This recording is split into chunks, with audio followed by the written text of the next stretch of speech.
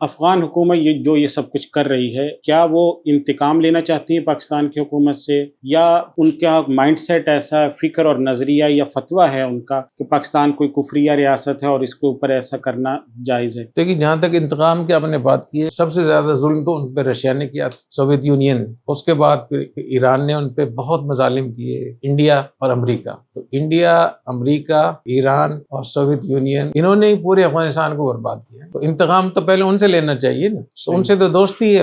اور رشیا کا جب ہوا تو پاکستان نے ان کو سپورٹ کیا، 50-60 لاکھ مہاجرین کو یہاں نہ صرف یہ کہ ان کو قبول کیا بلکہ ان کو بھائیوں کی طرح رکھا، ان کو کاروبار کی اجازت دی، ایران کی طرح نہیں تھا۔ اس کے بعد پھر جب ملا عمر صاحب رحمۃ اللہ علیہ کی حکومت آئی تو پاکستان نے زبردست ان کو سپورٹ کیا۔ پھر جب امریکہ کا آیا تو ابتدا میں ٹھیک ہے، امریکہ کو پاکستان نے سپورٹ کیا، لیکن اس کے ساتھ ساتھ پاکستان نے افغان طالبان کو 20 سال سپورٹ کیا ہے، اور سب کو پتا ہے۔ تو اپنے اس محسن سے بدلہ لینا یہ کون سا وہ ہوگا؟ اگر انتقام لینا تو ان سے لینا چاہیے۔ اور اگر ان کو شریعت کی بات ہے تو شریعت کا تو میں نے پہلے بتا دیا کہ خود ملا عمر صاحب رحمۃ اللہ علیہ نے پیغام پاکستان میں پاکستان کے تمام علماء یہ فتویٰ دیا ہوا ہے۔ اس کے بعد پھر باقی کیا چیزیں ہو سکتی ہیں، ظاہر ہے کہ وہ سیاسی ہو سکتی ہیں، وہ اقتصادی جو ہو سکتی ہیں، اور میں کیا کہہ سکتا ہوں۔